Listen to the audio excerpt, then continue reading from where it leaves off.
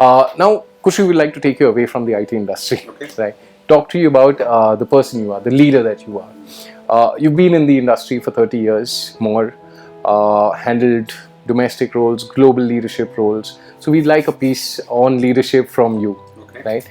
What is the most difficult part of being a leader?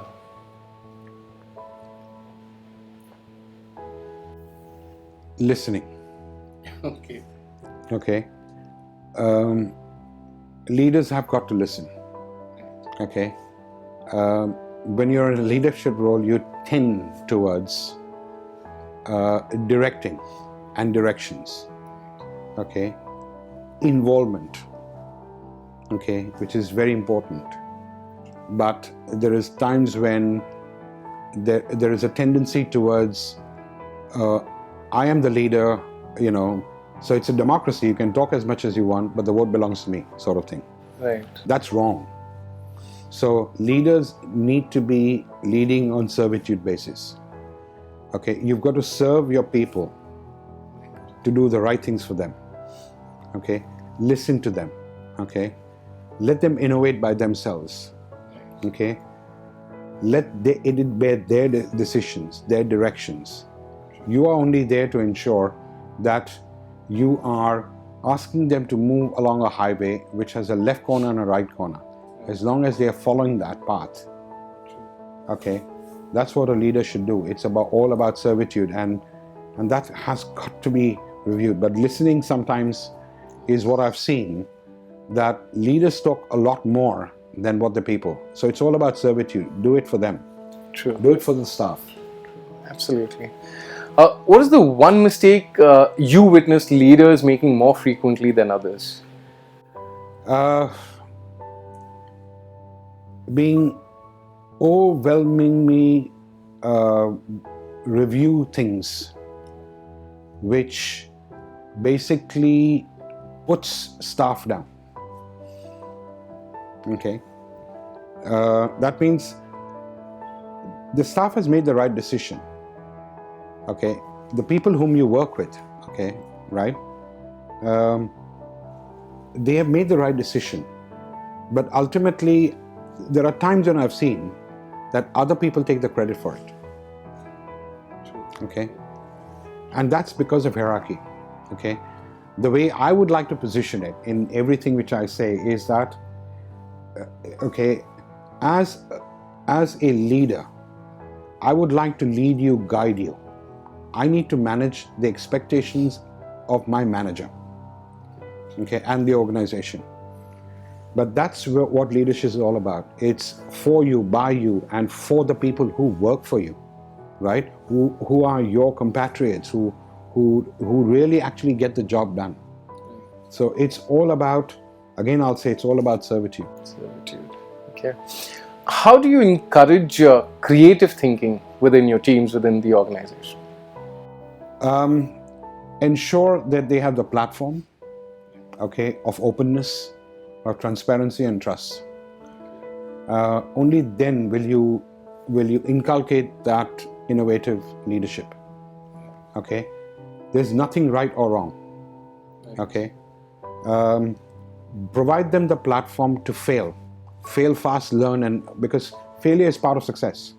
If they don't fail, they're not going to learn. Okay, make sure that you are providing that understanding. Okay, if it's success for them, let them make sure that you let them stand in front of you. If there's a problem, you need to stand in front of them and take the flak, right? Very well said. Okay, but it is all about ensuring you're doing the right things for them. So what you're talking of is a lot of empowerment, a lot of enablement Empowerment for them. with vision and with full delegation of authority. Okay, decisions can be right, decisions can be wrong. Doesn't make a difference. True. Okay, if they're wrong, you correct them. Okay, but make sure you don't correct them with the carrot and stick impact. Correct them with understanding. Don't leverage impact. I think a lot of leaders don't leverage the wrong. Okay, right? Success belongs to those who actually cater for the people whom you work with. Okay, their success is your success, because Today you're there in this position. A couple of years down the line, you're going to be gone. True. Right? It's these people who are going to be the next leaders of the company. What is your secret sauce? Can you give some highlight on that? I have always wanted to. We form this hierarchy of who reports to whom, and we form this vertical pyramid. Okay. Till date, I've never been. I would like to inverse that pyramid to say the person who's on the top is actually serving everybody in the cone. I would like to see that structure. Okay. There is nothing called a secret sauce. Nothing. It's all about doing the right things for your people all the time. Doing it right for the company. Whatever wrongs are there, 2 wrongs don't make a right. 2 negatives don't make us positive in this case. 2 wrongs make a bigger wrong. So if there's something which is not right, correct it. Okay. But ensure that your people are successful and you're providing them the training, the mentorship, the understanding. Because please understand, people are people. They have problems at home sometimes. True. Which we don't realize. They could have sickness in their family. Okay. So we got to have empathy. True. Okay.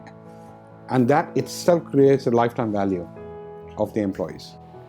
So it's not just, you just don't create a professional or a working environment, but you kind of simulate or you kind of create an environment where the person look forwards to come to the office. And yeah, office is right now. There's nobody in the office. Okay. People have now found their niche of working from home. Right. But there are still people who would say, can I come to the office? It gives me of course, please do come. Right. We are protecting you from the way we work in the office by social distancing, by the equipment which you utilize in order to ensure that the air is clean, the surfaces are clean. Okay, so it's always that working with them. Okay, True. Right, and ensuring that the health and safety is taken into consideration. You will be a good leader, sort of thing. Yes, absolutely. What would be your one advice to a person going into a leadership position? Never step on people to garner for your success. Carry them along with you. Okay? If they are successful, you as a leader will be successful. Okay? If you have a way of building a competition within the team, make it healthy. Okay? Never allow competitive advantages to come in as a friction within the team. Everybody works with everybody, okay? And the way it happens is everybody uses everybody. Yes, because you are not an expert in everything. Utilize best practices, do the right things, and be transparent. True. That perhaps I would come back to is the secret sauce of success. Right. Now, in what you just said, do you think becoming biased is also one of the key areas that creates conflicts or rifts between teams?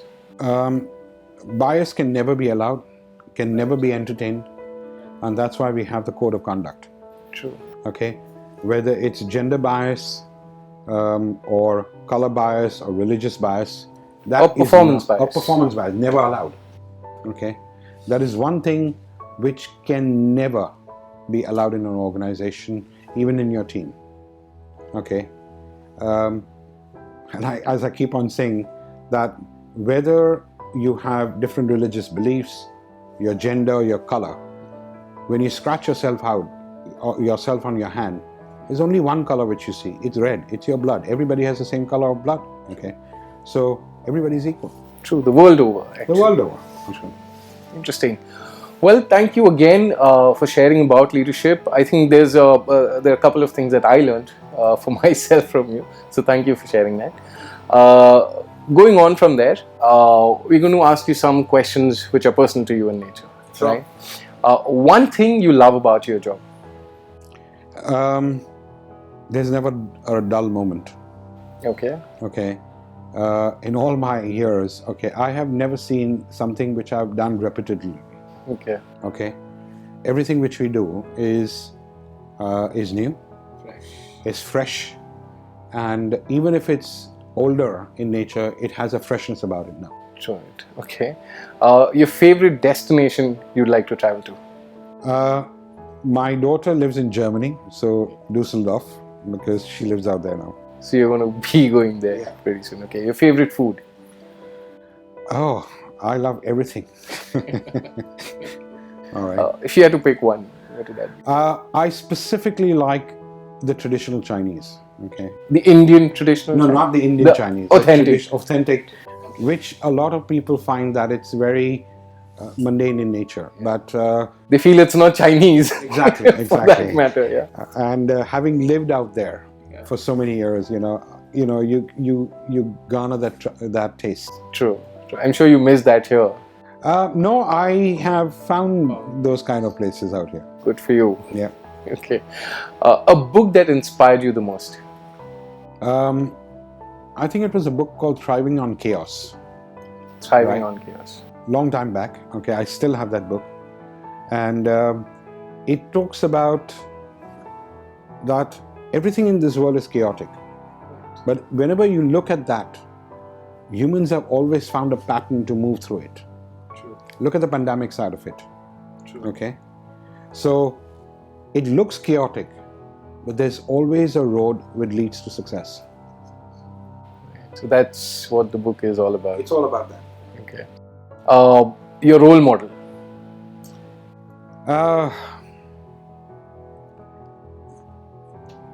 I'm a very big fan of Formula One racing. Okay. So Michael Schumacher used to be, the way he used to drive, the way he used to do things. I used to follow him quite a bit. True. And I think if Schumacher was in the race, it was him who got the race. Well, his son is now, is in the race, but he would have been, he would have been at a very different level by now. Absolutely. What do you splurge on? I love to use a fountain pen even today. Oh, and is it easily accessible these days? No, you need to find things. Hunt for it. You can't just go and, you get the standard fountain pens. But that is something which I do not know why. I don't write that much now. Exactly. Everything is on the computer, okay? Yeah. But still, I prefer to buy a fountain pen whenever I can. Old habits die hard. Yeah, exactly. Yeah, because I grew up writing with fountain pens as well. Exactly. Okay. And I've always found my writing to be better if I'm using a fountain pen. Right. Okay. What was your very first salary, if you remember? 6,000 rupees. Okay, which was in Hong Kong. Please understand. Right. Okay, right. Hong Kong is a very, very expensive place to live. True. Okay. Even in '89, it was expensive when the exchange rate was, I think, 1.2 times. The dollar was 1.2 times the Indian rupee. But still very expensive place to live. So it was difficult at that time. But by Indian standards, I think... At that time, I would say reasonable.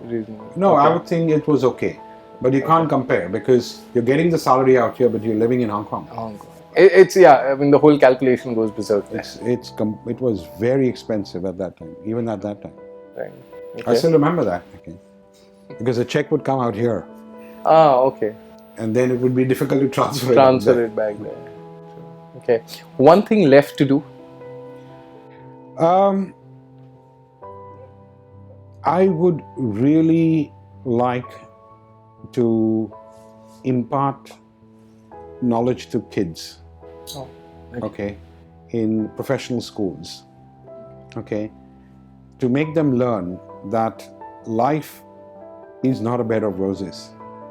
You got to work hard, you got to strive hard, and if I'm able to impart that, that'll give you a lot of satisfaction. That will give me a lot of satisfaction. Interesting. One love? Golf. Golf. Okay. Okay. When we were posted to Dubai for a couple of years, we had something called night golf because it was too hot in the morning to play. Right. And I used to enjoy that every single day, Oh, except for the weekends. All right? Because it eases your tension. You get onto a golf course, believe me, your tension just disappears. Now, I have a very young dog whom I look at him and all my tension disappears now. yes. Okay. All right.